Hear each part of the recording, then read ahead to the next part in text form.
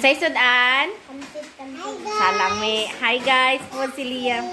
Ay, pansit. Salamat sa grasya ng amin. Si Liam, wala nag-ampo. Nadiritso kaon. Uy, si Liam! Ampo! Umana ka mo ninyo ha. Suara ulit oh, pilayin ako ito mo. Guys, di kami sa eskwelahan, guys. Nagunsa man dahil mo si Squilan kanina. Dula may eskwelahan. Pagkabot, rin balay ng uwa may kambing. Kaya wala man may class, may klase, kasi may klase. Di pa ato rami kay naamig, apil ni og banda. Salan dahil mo ha sa banda. Dahil, Ikaw, telefon. Ako, kay Grab. drum, kabalo na ka. Kabalo na sa tanan.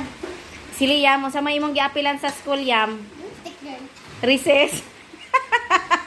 Walay kalibutan ug unsay giapilan sa school. Ang giapilan ni Liam sa school, recess. Huwag nga. Kada adto recess diretso.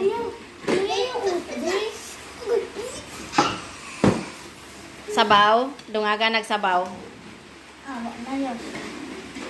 Di maguol, dungagan na kog sabaw, dali ra. Beke, pamilya ko na. Nang paggalit ni sir na ako. Ang mahilabay ko nga ba't yung naman niya. Iyahan din. Nagulubot na dito niya. Ang ni sir. Hurot naman kaayos. Dungagan ka Gracious. Igo na dagway to yun. Ako, sige mo ko bully babae. Din sila na mo. Isa may nagbuli nimo. Ako naman. Ikaw ang nangbuli? Mayo di ay na. Sa babae ba? Giyon sa man nimo pagbuli. Alam kali. Ang sige bully babae. Kay ginaibo. Ako sige mo bully sa babae.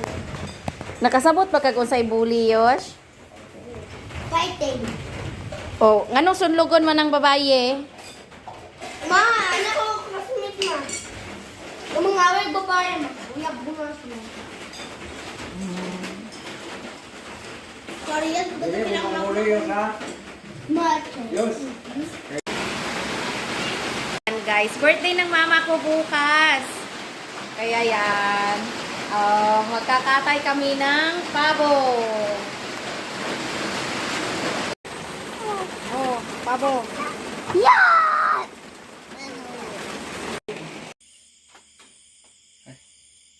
Mana? Humana ang biko. Ayan, pabo tsaka biko guys. Simpleng handa lang.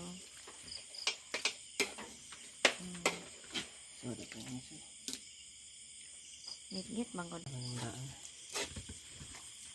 Kani day, bisa ko kasi mana pa ni. Ay big kuan. Dili maunsa. Dili naman sa kasi mana pa ni. Sunod si Mana na lang nato ni kanon. Ako yung di pa japo. Kumanay ka tong pambaligya na dili mo panos kay. Ay papanos ya tong ban. Kani nga ning style luto.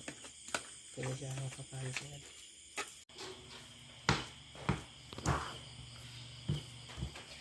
So yan na guys, minekos-mekos na siya.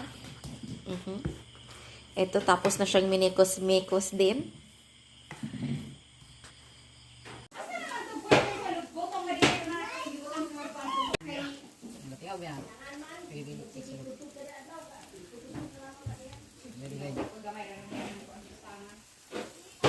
Hilasa. Dili siya kay tawon. Inong warang kanding kay dili tambok. Kanamo, salamat sa panahon. Salamat yung pagkaon Lord nga nandan sa mga tubalan Ginoo. Ngayon ako kita magdugang ng panalangin ini. Nagbuo mo ang tanan namin pagpanginahalan ng Diyos.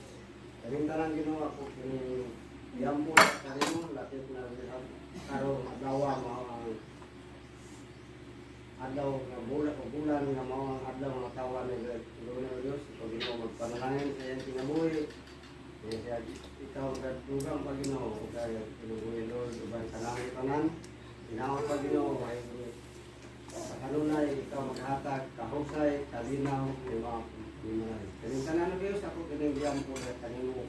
Ug ako kining gitugyan na kanimo. Ikaw gatubag sa Ginoo pagampo. Bakit na kining pagkaon? Ako hindi pa salamatan Ginoo. Sakta na mo kining pagkapahimos lang. Ito mo timong gawon gadiyo Ginoo para mo dugang kusog. Para sa madami sa paglalagad kami. Nananalig ni Jesus ang tanan mo Ginoo manawa. Amen. Amen. Happy birthday to yung mga Kanta! Hangin ari. Ha? Musulod? Mosolon man yung ginawa na kira.